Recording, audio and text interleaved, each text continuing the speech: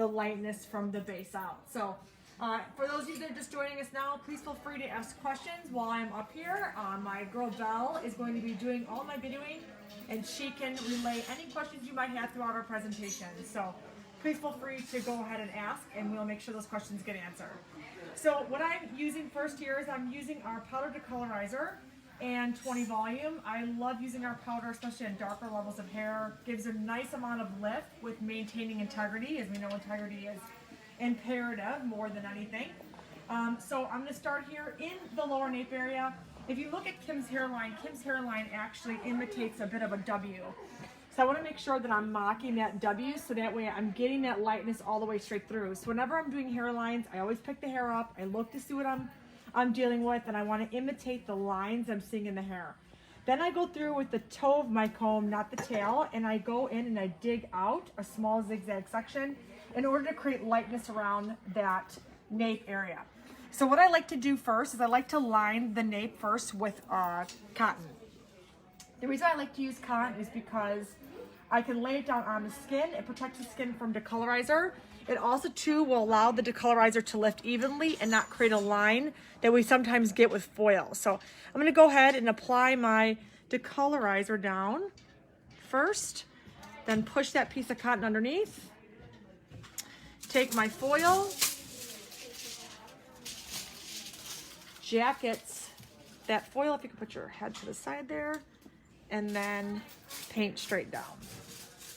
I'm able to get all the way up to the base of that nape area without creating any line of demarcation. The cotton's gonna protect the skin and also stop the heat of the foil to affect that lift. So if you're getting a little bit of weird creases towards the top of your foils and you're seeing that warmth band comes from the top of your foil. Go ahead and close that up nicely and place that down there. I'm gonna go through, do another one back to back, leaving a little bit of hair out in between. That little bit of hair out, believe it or not, especially the diagonal back, is gonna create a softness. So this time I'm gonna use the tail of my comb, pulling my section out, and being that this is located in the hairline, this time I'm gonna go foil to board versus putting a piece of cotton in.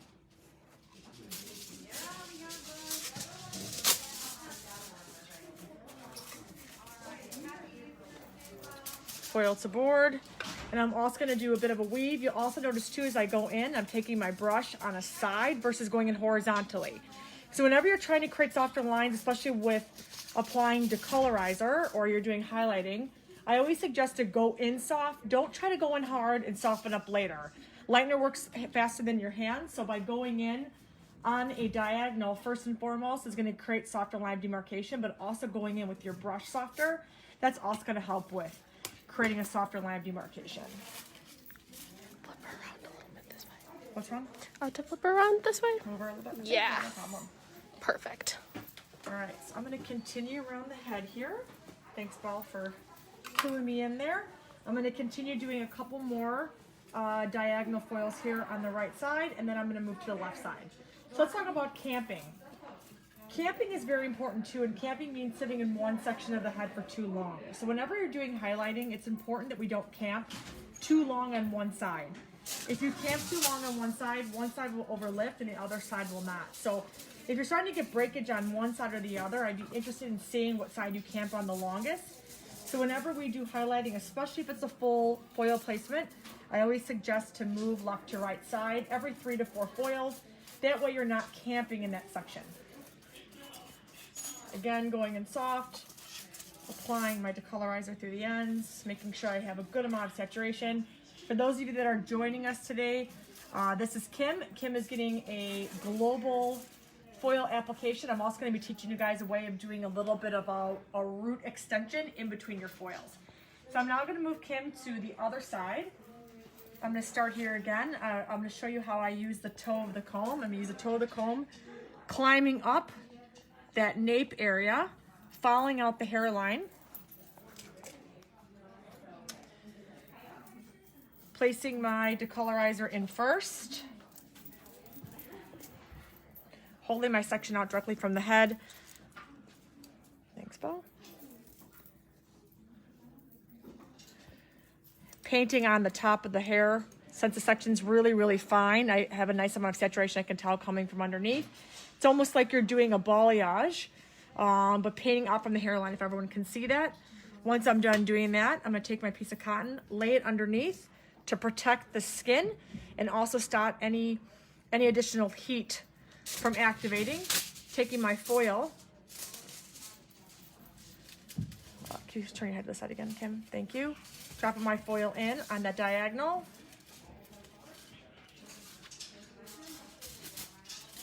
Let me try that again.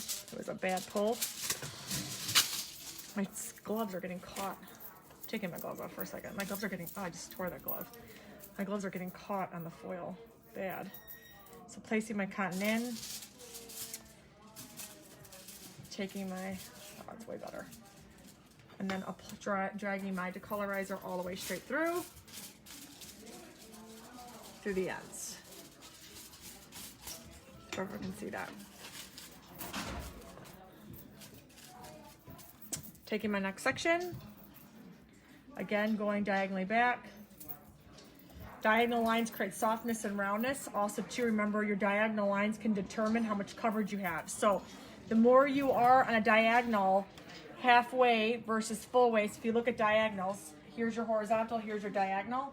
The more you are in a direct diagonal where you're 50% vertical and 50% horizontally, that's going to be your softest line of demarcation. The more you are on a diagonal horizontally, the more coverage you're going to have. The line becomes less soft. And the more you are on a vertical, the more ribbons you're going to have. So in this circumstance, we're at a very, very soft diagonal because we're almost at a 50-50 between a horizontal and a vertical. Using my board. So for those of us that don't use a board, I love using a board just for simple fact that I can paint on it. Not everyone prefers it, but I prefer using a board. It doesn't make you a good or bad colorist. It's just a great tool to utilize in your placement. Placing my foil in, doing one more in the nape area, and then we're going to move into something I like to call the corporate climb.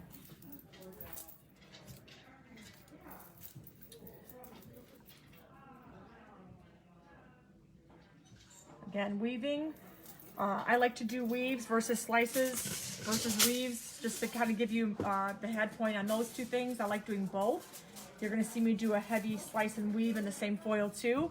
Whenever I'm doing these nape areas, I tend to do a lot of either baby lights or weaves. Now, when you do slices, if the hair is really, really fine. So I tend to do a lot more slicing in the nape when the hair is very, very fine. I tend to do more weaves if the hair is very, very dense. Kim has hair for days. So being that I do a lot of weaving in the nape is just because I can then break up the demarcation in that really super dense hair. Okay, now that we've done 3 foils back to back on the right and left side, now it's time to do the center portion. So I want to knock out a hair really, really quickly. If I continue up the head, let's just say in a horizontal pattern, you can go brick lay, or you can do something called the corporate climb. The corporate climb is by climbing off the previous section, doing horizontals and diagonals all within the back of the head. It actually allows you to do 8 to 10 foils for a full placement coverage. So here I am, diagonal back, diagonal back. Now I'm going to go straight through, center from previous foil, horizontal, drop out this section. I'm going to go slice straight across, or you could weave. Like I said, Kim's hair is pretty dense, so I'm going to go ahead and weave. And just remember too, if the hair is really, really dark, the finer the section, the more the lift. So Kim's hair is at that cusp of she wants it super, super light. If I take too dense of a section, it's going to take 5 to 7 business days to get her hair light. So I want to make sure that I'm taking sections that are fine enough to create really, really beautiful lift. Hey Jordan, would you do me a favor? Yeah. Can you grab me a pair of gloves? I tore my glove. Yeah. Thanks, babe. All right, so I'm going to go ahead. By the way, guys, if you're wondering, you guys are actually, you're at my salon today. We are on our apparel side. We just opened up this apparel side, so we're sitting on the apparel side doing hair for all of you. So if you hear a little bit of chatter in the back, it's because we are currently open for business, thank God. So, okay, so here I had my horizontal. Now it's time to do my corporate climb. So starting from the top of the ear, I want to go to the previous horizontal section on a diagonal. Yeah. Okay. to drop out both right and left side. And as you can see, I have this perfect V. This is a diagonal back. This is a diagonal back.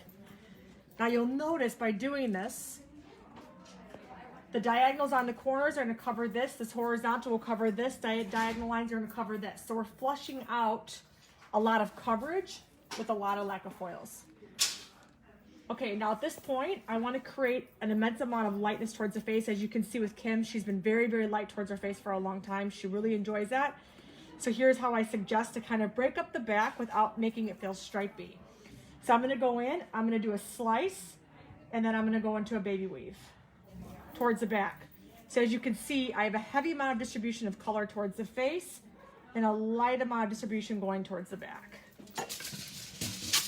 Belle, do we have any questions yet? We do not, no.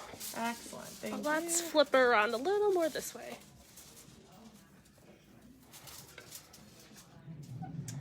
Belle needs to get up in my space. Can you see that, Belle? Yes, perfect. So again, even though we're creating this really bold placement, we want to make sure we're still going in softly. So I'm going in again, diagonal, very softly, like they close that door. Door it in. Making sure I'm fully saturating those mid-lengths and ends. Perfect. Ooh, I just pulled that out.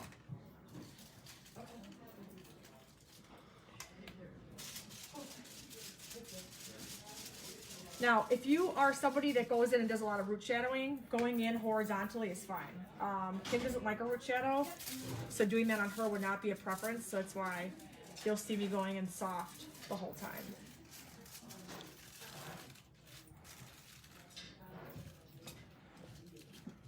So you have that one diagonal back. Let's go to the other side. So this time, because I am right-handed, I'm very right focused all the time. So when I go left side, it's always a little bit more awkward. But at this point, I want to make sure that I'm doing my baby weave towards the back and then doing my slice towards the face. You can see that.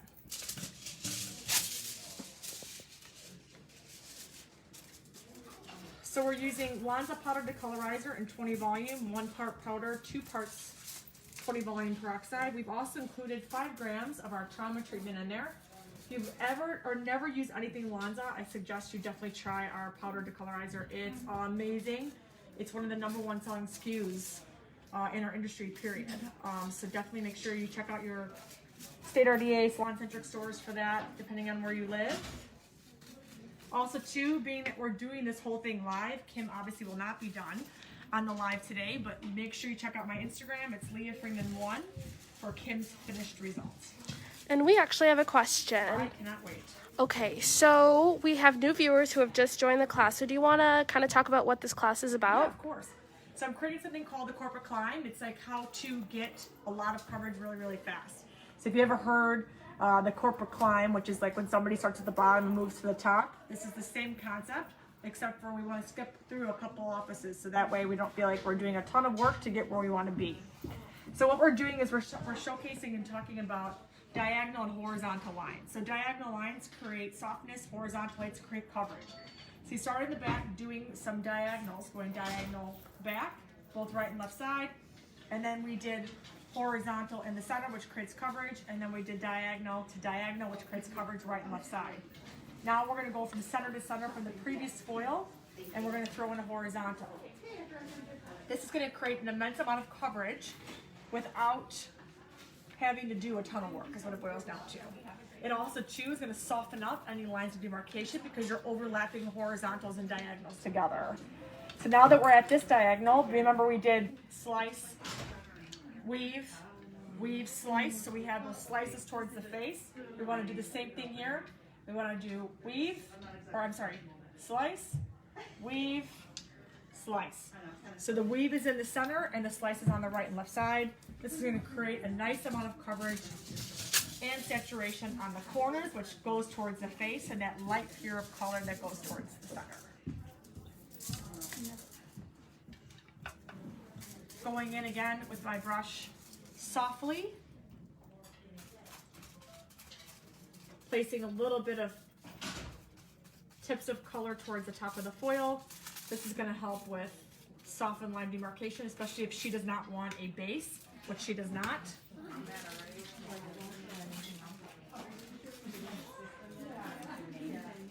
So again, now we're at the base of the crown. I want to go from the center of the horizontal foil, going up, right and left side. And make sure too, when you check out my Instagram, I'll make sure too to put a head form on there for you too, so you guys can actually have a head form that can give you this exact technique. This is a great technique to share with your staff as a, you know, just like a customary foil placement that can be done pretty much on anybody, to be honest.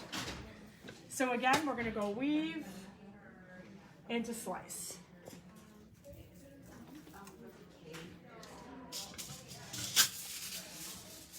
How you doing, Kim? Good. Okay. So using our powder decolorizer, placing it in, pushing in my sectioning.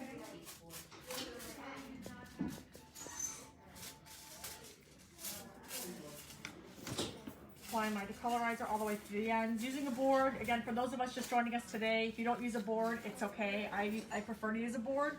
I feel like it keeps me organized and it makes my sectioning and saturation better. I find when I foil on my hand, sometimes I get spots in the hair, so using that board gives you just a little bit of extra insurance to make sure that you're actually painting the top and the bottom of the strand. You'll also notice too, I'm using, this company's called Quality Touch, if you wanna show them our dispenser. It's like basically my assistant, as you can see. What I love about this dispenser in general, or just long foils and placement, whenever you're placing color on and you're working with a foil that's fully lengthed out, at least the length of your hair, it gives you the proper opportunity to create coverage. When you're using foils and they're short and you're spinning and you're spinning and you're spinning, that's when you start to see your coverage can become a bit spotty or not as good. So I like to always match my foils to be a little bit longer or at length of the hair. So again, at this point, we're reaching an area that's a little bit tighter, so I'm still gonna go horizontally. We're at the crown. As we know, the way the head naturally is formed, it's round. So once I hit the base of the crown, anything past the crown to the high point is gonna go backwards. So if I do horizontals, I'm gonna create sheets going over the crown. So for my highlighters are out there that are looking to do really quick placement, especially in crowns, horizontals are the best way to go in a crown area. So again, slice, weave, slice.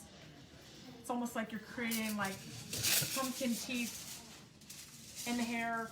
And don't forget too, you could do a lot more in that back area if you wanted to, but remember too, when you place a lot of foils in, you begin to lose your depth. So, and depth is where, when you put the hair in curls and you're like, how do I get all that separation? That happens from darkness. So once you start to overlift your guests, that's when you start to see that they don't look like they have any type of texture in the hair. Texture happens with depth. The way we create depth is leaving hair out. So we don't have to necessarily foil every single piece of hair. Just think about that. So, hey, do you want to plug your Instagram for the new viewers? Sure, I would love to. So my Instagram is Leah Freeman1. It's LeahFreeman1. Perfect. Thanks, Scott. Okay, so again, next horizontal placement, I'm gonna go corner to corner. So here is my slice, here is my weave, here is my slice. Can everyone see how I'm creating sheets?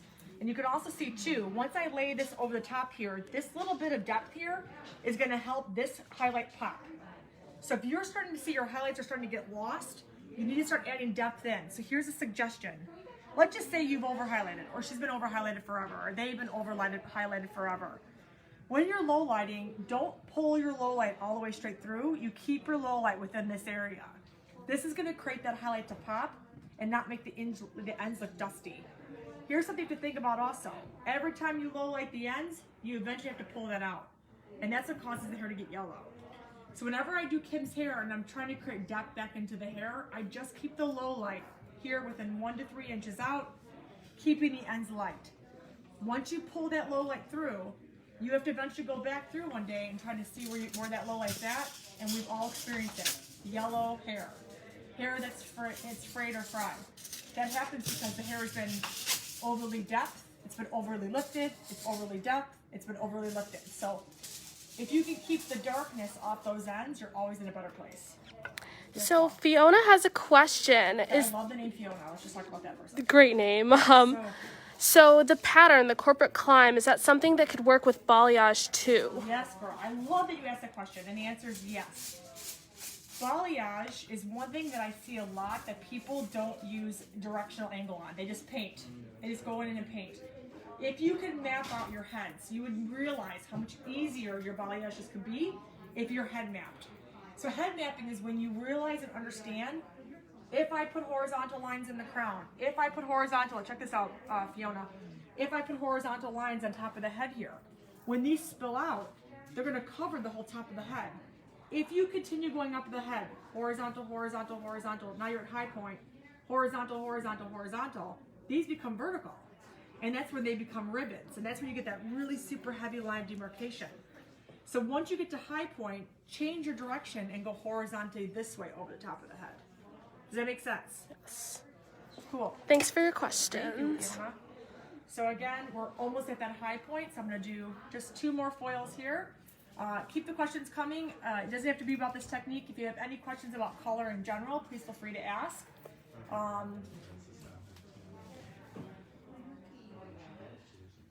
Perfect. This is looking good, Kim.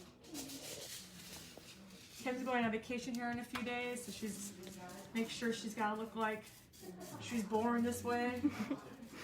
All right, so I'm just going to continue applying these foils. I have 1 more foil left. You also notice too, I'm really protective of the ends. I want to make sure you keep those ends out if you can. Something else to consider too about ends is whenever you're doing glazing also, I tend to do 2 formulas for glazing. I do a mid-shaft glaze, I do an end glaze. Something I'm noticing with blondes, and I'm sure you're experiencing this too because I feel like our industry has gotten lighter. Whenever I do one color from scalp to ends, I started noticing that my mid-shaft started getting really dingy, so I've been actually diluting my ends by almost a half a level. So I'll do something around here that's going to be a little bit more aggressive, and as I get to this area here, I lighten it up. It's going to help with that dinginess on the ends. Yes, Belle.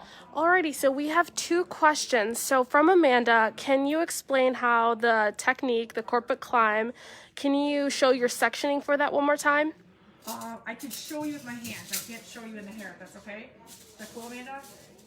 Okay, and what was the other question? And the other, we have another one. So Chris is asking, what is your favorite thing about Lanza demi-trans or liquids? Okay. And then from Maria, we have, how do you incorporate gray coverage into this? Okay, so let's go first with the technique, and we'll go from there. Sorry. I had a piece of hair in my mouth. Pretty quickly. Sorry about that. Gross. Okay. There's nothing worse than hair in your mask. Everybody out there knows what I'm talking about. Okay. Because you don't know where the hair came from.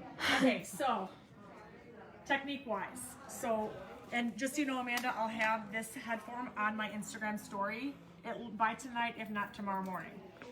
So it's diagonal, diagonal, diagonal, diagonal, and then center horizontal. Off that horizontal, 2 diagonals. Then a horizontal, 2 diagonals, and then horizontal, horizontal, horizontal. So basically what you're doing is you're putting diagonal lines and then covering them up with a horizontal, increasing 2 diagonal lines, covering up with a horizontal. You're creating coverage right to left side and center. Question number 2, do I prefer demi or do I prefer liquid? Favorite thing. Favorite thing, Yes. So between the 2, to be very transparent, I love demi. I love demi for refining warmth because the demi does a little bit of additional breaking down that warmth. I feel like I can get the coolest shades out of demi and maintain the actual level. Liquids I love if I have extremely warm hair that I'm trying to cool down very rapidly and fast. But remember, when using a traditional demi color that has it has oxidation but no additional lift, the hair will go darker. So if I'm trying to really maintain that whiteness, that's why I go into a demi healing color. If I'm trying to refine warmth and I'm going level to level or I'm deepening levels, I'll go to liquids because liquids is going to give me color on top of color. Now, the last question was, if she was gray, what would I be doing? I'd be applying color in between the foils. So as I'm going up the hair, I would be putting base in. Now, you could go and base her first and highlight second. But if you do that, you're creating a lot more work. You could also put the base in and highlight at the same time. If you do that though, you're never gonna get super light at the base. She does not want to see any depth at the base. So if it's somebody that says to you, I want to see my blonde coming out of my brain, you want to put the highlights in and do the color in between. The other suggestion you could do too is do all the highlights and go back in, and a root smudge per se would be your gray coverage. So you go in, you do all your highlights, and then put your gray coverage in. Alrighty, so now Amanda is asking, is this technique good for curly hair? No, it's good for anybody. Anybody that you're trying to create coverage quickly on.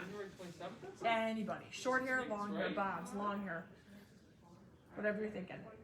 Okay, so we're around the face, and I want to go ahead and just, she is definitely has a lot of highlighting around the face, and this is what starts to happen with a lot of our guests, or in general, when they start to see the hair get a little bit shorter. It happens for a couple different reasons. It doesn't just happen from the colorizer, to be honest. It happens because a lot of our guests use face wash, they use lotions, whatever, they comb their hair very aggressively. So this area here we're gonna lay off in general, and we're gonna go a little bit further back and start to see where the hair starts to create some more integrity. So here's where I wanna be at. Now, if I wanted to go on the face, you could. You would just pull the section back and just make sure your lack of overlap. In this circumstance here, I don't want to touch that, so I'm going to go through and I'm going to go behind the ear, leave that section out, and suggest to Kim to lay off her front of her hair for a minute when it comes to coloring. So here we are. We're going to go ahead and place my cotton underneath. I want to make sure I get this really, really close here. I love to do this whenever I'm pulling hair back. So if I was doing hair on the face, this is how I would do it. I'd place the cotton underneath. Being that I'm behind the area, I'm not going to do that. So I'm just going to go ahead and use my foil. Now I'm going diagonal back because if you notice, I have diagonal lines here, so I'm going to go ahead and incorporate that.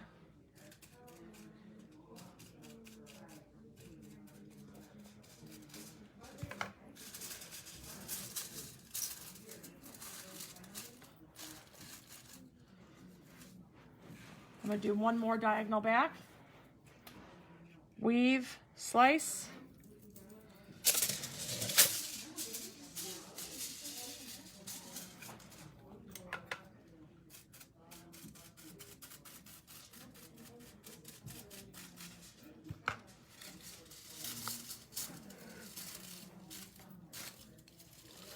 I'm at parietal at this point, so now I want to go horizontally. Kim's sides are really, really short. They're like short, like in size, which happens really often too. Like for example, me, I'm very wide here. She's got a very short side here. So again, I want to break this line up. So I'm going to go weave, slice.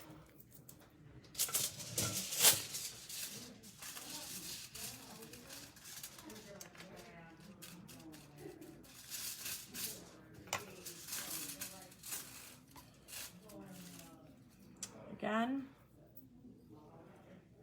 Side of the head, weave, slice. Do you give me a time that we're at, Val, if you don't mind? Kim, your watch. Yeah, do you have time it is, Kim? Thank you. 128. 120. Oh, perfect. So we're kind of a little bit on time, so we can definitely show you the low light technique we're going to do next. So as you can see, I'm going up the head, leaving the front area out. I'm just weaving through this right now and slicing to gain some lightness to the top of her head. She hasn't had lightness in the top of her head in a minute, so I'm going to gain some lightness there. Yes, Belle? Alrighty, so Allison is asking, why do you fold the foil different ways at the top? What do you mean? I don't understand. I think she's asking like placement-wise when you're folding your foils back, like what's your placement for around the face versus the back? I'm guessing. Allison, correct me if I'm wrong. Is it because maybe because I'm not cornering? Maybe. I only corner like when that happens. When like I'm at the parietal, so I'll start to corner because the foil will bounce. Okay. So I usually just keep them flat because it lays flat against the head. So if you see me corner a foil, it usually cuts on the round. Okay, and then Heather is asking, are you using the same developer with Lightner all over the head? Great question, Heather, and the answer is yes. I will tell you this though, something that is behind the scenes that you are unaware of is I change my bowls every 20 minutes. So if I camp in a bowl for 20 minutes and then I get a new bowl every 20 minutes when I'm doing full placement, just so that way I get equal lift throughout the whole entire head. Okay. And Amanda's asking a really good question. Why do you 1/2 weave and then 1/2 slice each section? Great question. So from the back, I want this to look light, but I want this to look bold. The only way I can create boldness is if I put depth behind it. So when I weave, I maintain the depth behind the section so the piece that sits in front of it's lighter. She likes to be light on the face. So if I go from weave to bold, I create the boldness on the face. All right, great questions. Keep those questions coming. Yes, thank you guys so much for the questions.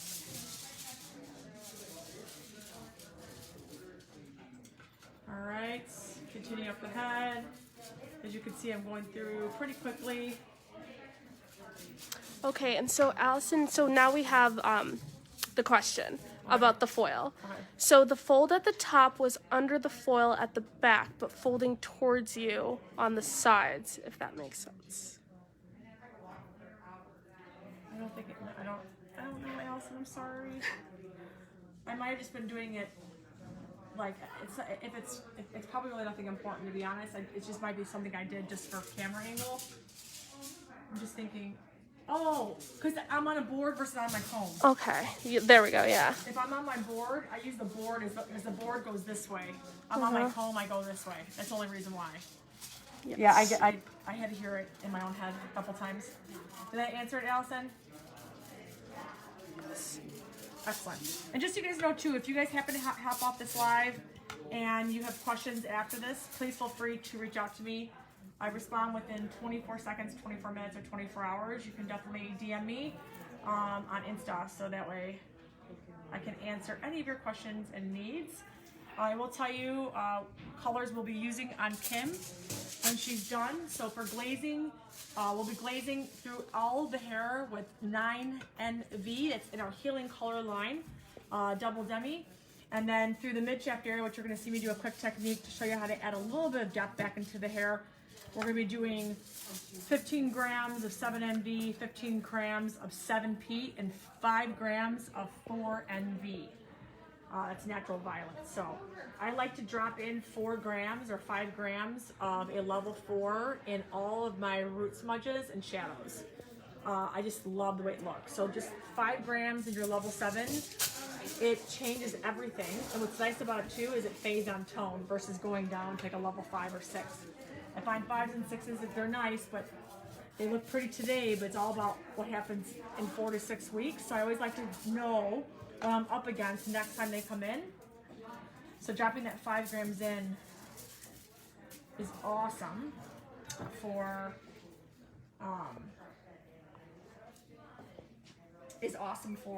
just additional depth without mass amount of longevity. And I'm realizing, Kim, all this stuff is cut to the same length. Do you have a shag? Let me go see the shag. She's actually shagged. Kim's actually shagged. All right, So Chris is asking, are you using a bond builder in your formula, such as Olaplex? nope, I'm using trauma treatment. So we use 5 grams of trauma treatments, and you can do up to 10 grams. That's going to help maintain integrity, but yeah, it's kind of like a bond builder, except for ours is a protein treatment. So it just helps with, to gentle up the product on the hair. And Paige is asking, will this live be saved? I'm going to say yes, right? Yes. Yes, Paige. Thank you for that. All right, so just so you guys know, we're coming down to the last few foils around the face. And as you can see, I've been on this live and talking about it for maybe 30 minutes, and I have my full placement almost done. So goes to show, placement is everything. So finishing up these last few foils here. Horizontal lines, remember, create the best amount of coverage when you're doing on tops of heads. So now if you wanted to remember, you guys can go in tighter if you wanted to, add a lot more foils. In this circumstance, Kim likes a little bit of depth left in the hair. Just remember, the more foils you put in, the less depth you have. So if you're starting to get those customers where they're losing any type of texture in the hair, or they feel like their hair just looks like very solid, It's because they don't have any dark in it. So darkness creates depth and texture. So again, last one, slice into weave.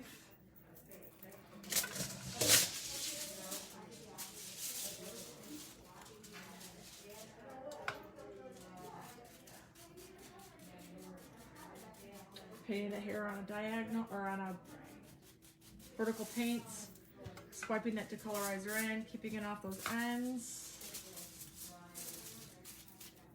and be done. All right, so we have got this all finished here. I think we're gonna tilt your head back. Okay, so around the hairline. So same thing goes for here. I want to make sure that I get in really, really, really tight. I'm going to place my cotton underneath the section so I can paint directly on that hair. And then you can paint all the way to scalp on the cotton. This is going to give you that super heavy, dense money piece.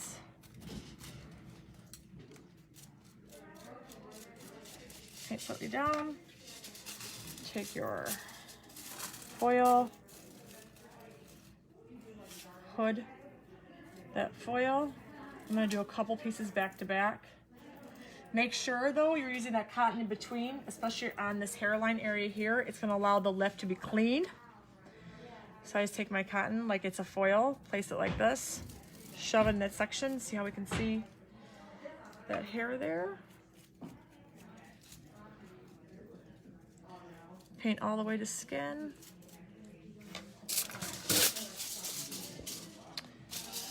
Jacketing the lip of that foil. Placing that cotton down. Turning that out.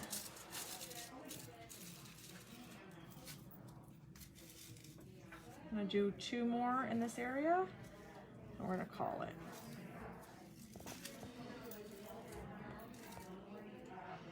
This time I'm going to do a weave since I'm sitting in the section 2 behind. Just leaving a little bit of depth out in between. No cotton this time. You could use cotton, it's unnecessary though. Paint up the section.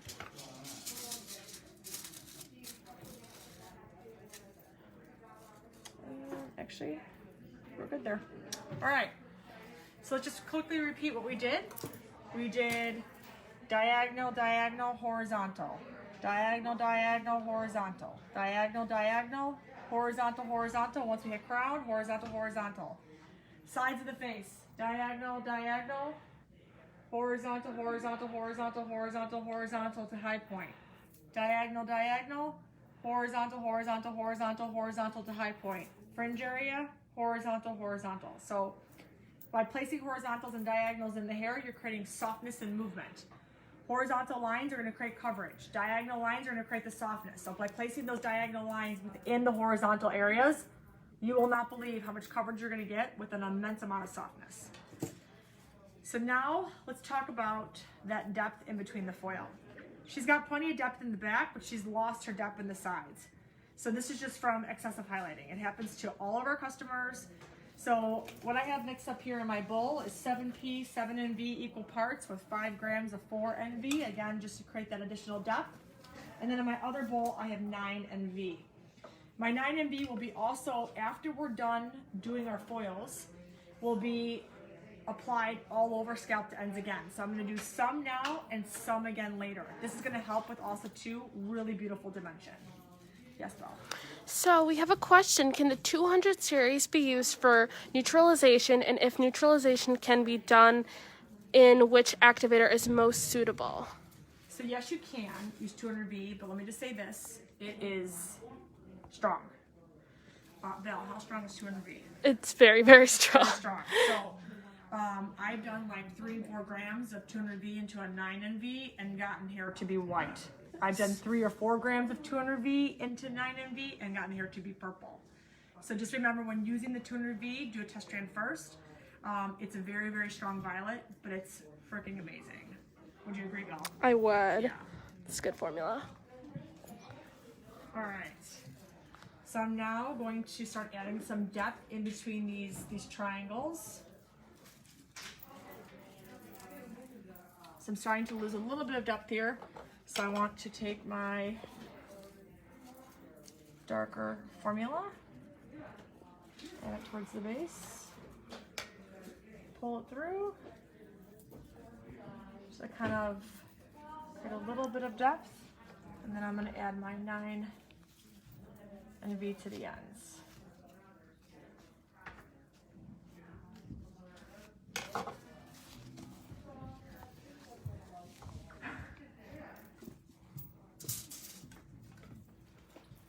This is really good for, again, for people that are super hollowed out in the center, like where they're overly lifted. Kim just has like baby lights going through the center here, and she's starting to like lose that.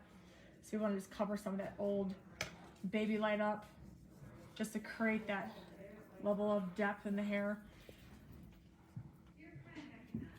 And I don't do this on every triangle. I do it like on every second or third one, but I only do it, you'll notice, within the parietal ridge area. That's the area where the hair falls over everything. So instead of low lighting the whole entire head, you only need a low light here, because that's where the hair falls over. You could throw a couple low lights up here, but usually it doesn't really make a difference. It's this area here that creates that variation that everyone's looking for. Notice too that I don't take my level 7 past that mid shaft area. Not worth it. All that's going to create is my customer tell me that she feels dark.